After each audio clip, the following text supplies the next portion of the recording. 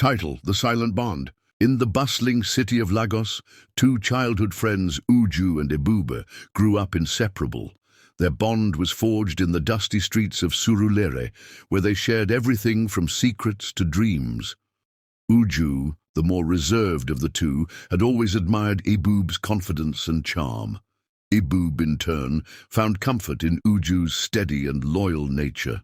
Both girls excelled academically and eventually graduated from the University of Lagos, with Uju earning a degree in accounting and Ebube in mass communication.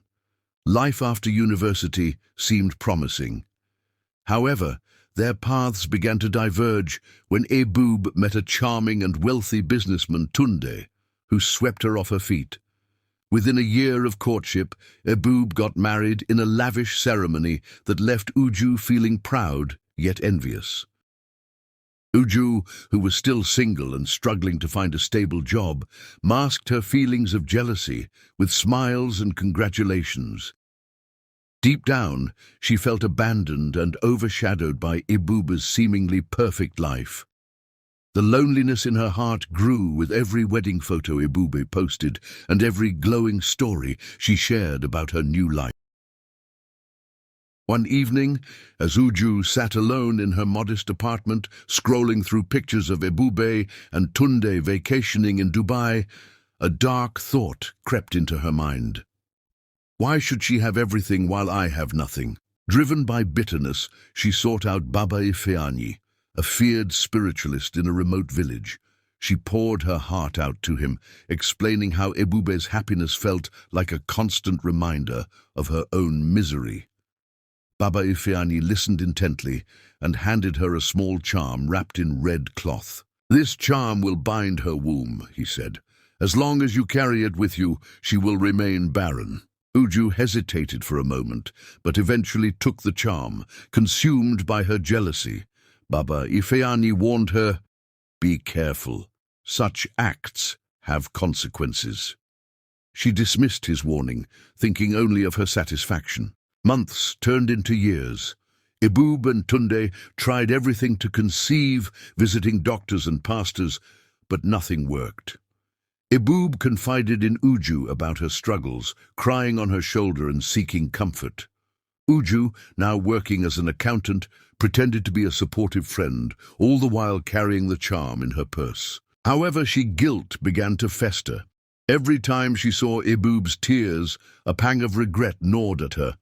One day, during a church service she attended out of curiosity, the preacher's words struck her deeply. "When you hold someone else's blessing hostage, you chain yourself to misery," the preacher declared. Uju couldn't sleep that night. The charm felt heavier than ever in her bag, and the image of Ebube's sorrow haunted her. Torn between fear and redemption, she decided to visit Baba Ifeanyi again, begging him to undo the spell. "It's not that simple," Baba Ifeanyi said. "You must confess to her and seek her forgiveness. Only then will her womb be freed." The thought of confessing terrified Uju, but she knew she couldn't live with the guilt any longer. She invited Ebube to her home, where she broke down in tears and told her everything. Ebube was stunned, anger flashing in her eyes. She stood to leave, but stopped when she saw the genuine remorse in Uju's face. "I trusted you," Ebube said, her voice trembling. "You were like a sister to me." "I'm sorry," Uju whispered, clutching Ebube's hand. "Please forgive me." Ebube took a deep breath, tears streaming down her face. "I don't know if I can, but I will try." With Ebube's tentative forgiveness, Uju returned to Baba Ifeanyi, who performed a ritual to break the curse. Weeks later, Ebube discovered she was pregnant.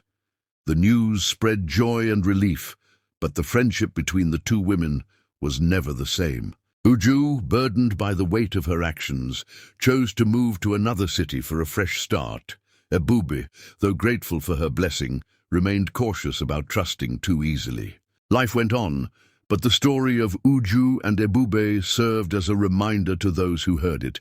Jealousy can destroy even the deepest bonds, and forgiveness, while powerful, doesn't erase the scars left behind.